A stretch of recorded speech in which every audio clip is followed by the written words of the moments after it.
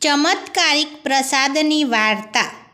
એક નગરનો રાજા ઘણો ક્રૂર અને ઘાતકી હતો।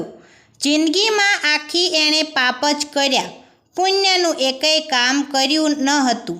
જોકે એની રાણી ઘણી ધર્મિષ્ઠ અને દયાળુ તથા વ્રત તપ જપ કરનારી હતી। પાછલી ઉંમરે રાજાને એના પાપ પીડવા લાગ્યા। રાતે ઊંઘ ન આવતી, દિવસે ખાવું ન ભાવતું। રાજા તો વનમાં જવા તૈયાર થયો। કુંવરને રાજપાટ સોંપી રાજા રાણી વનમાં જવા નીકળ્યા। વનમાં પ્રવેશતા જ એક 4 હાથવાળો માણસ સામે મળ્યો। રાજા તો એને દેવ માનીને પગમાં પડી ગયો અને પોતાને બચાવવા પ્રાર્થના કરવા લાગ્યો। ત્યારે એ માણસ બોલ્યો કે હું તો બ્રાહ્મણ છું। આ આંબાની ઘટા પાછળ કનકનો પહાડ છે। એ પહાડના શિખર પર પુરુષોત્તમ પ્રભુનું મંદિર છે। ત્યાં જે પ્રસાદ લે તેના સર્વે પાપોનો ક્ષય થાય છે અને એના હાથ 4 થઈ જાય છે। ત્યાં ઘણા 4 હાથવાળા માણસો રહે છે।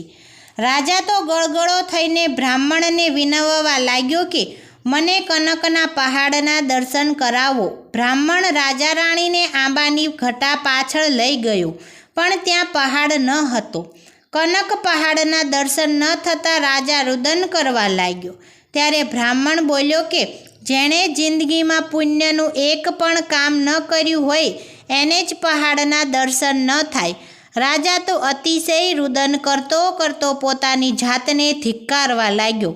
એનો પશ્ચાતાપ જોઈ બ્રાહ્મણ બોલ્યો કે હે રાજા, તારા સદભાગ્યે અત્યારે પાવન પુરુષોત્તમ માસ ચાલે છે। છેલ્લા 8 દિવસ બાકી છે। જો અહીં 5 જણ બેસીને ઉપવાસ કરે અને પુરુષોત્તમ પ્રભુના ગુણગાન ગાય તો અવશ્ય કનક પહાડના દર્શન થાય।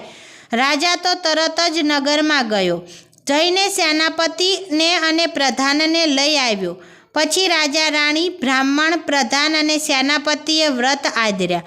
8 દિવસના ઉપવાસ કર્યા। 9મા દિવસના પ્રભાતે કનક પહાડના દર્શન થતાં જ રાજાની આંખમાં હર્ષના આંસુ આવી ગયા। બધા શિખર પર ગયા, ત્યાં સ્વયં પુરુષોત્તમ પ્રભુ બિરાજ્યા છે। પાંચેય પ્રભુના ચરણે પડ્યા। પાંચેય 4 ભુજાવાળા થઈ ગયા। પછી વિમાને બેસી સદેહે વૈકુંઠમાં ગયા। હે પૂર્ણ પુરુષોત્તમ પ્રભુ, તમે જેવા મહાપાતકી રાજાને ફળ્યા એવા સૌને ફળજો। જય જય પુરુષોત્તમ ભગવાનની।